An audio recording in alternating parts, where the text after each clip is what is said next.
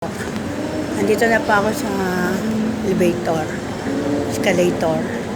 Naggamit po ako ng beep. Ayan, beep. Para po sa aking journey naman papuntang Katipunan.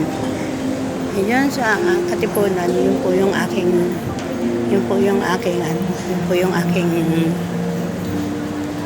sa office po ng St. Peter kung saan pa ako nag-report.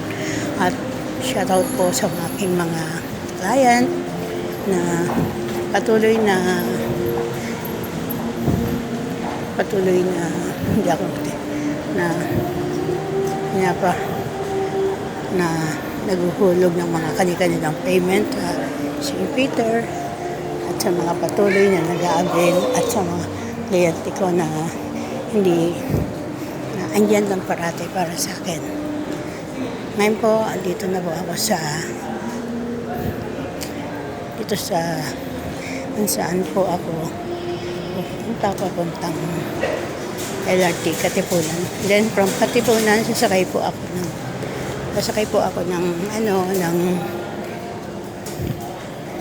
ng tricycle. Ayan po ang ating LRT. Ng tricycle para naman makapunta ako sa office. Okay po.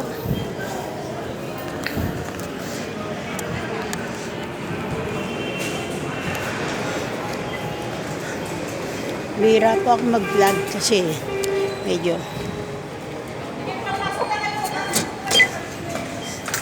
ayan po, napasok na po ako. Saan po ako maghihintay ng sasakyan papunta sa LRT. LRT 2 naman po ang pupuntahan ko. Kasama ko po kayo sa journey ko. Kahit pag ganito lang po, makapag-banding po tayo. Kahimik po ang process ko kasi nakahiya dito.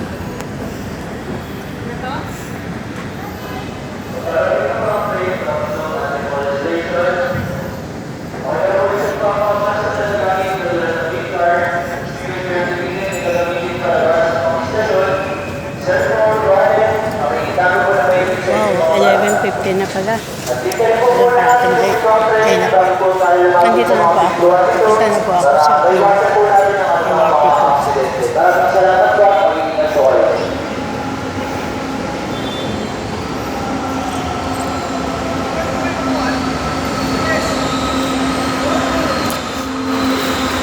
Ayan, sasakay na po ako.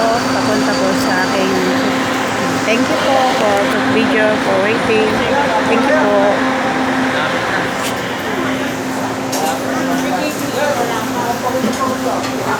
Ayan po, nakasakay na po ako sa priority seat.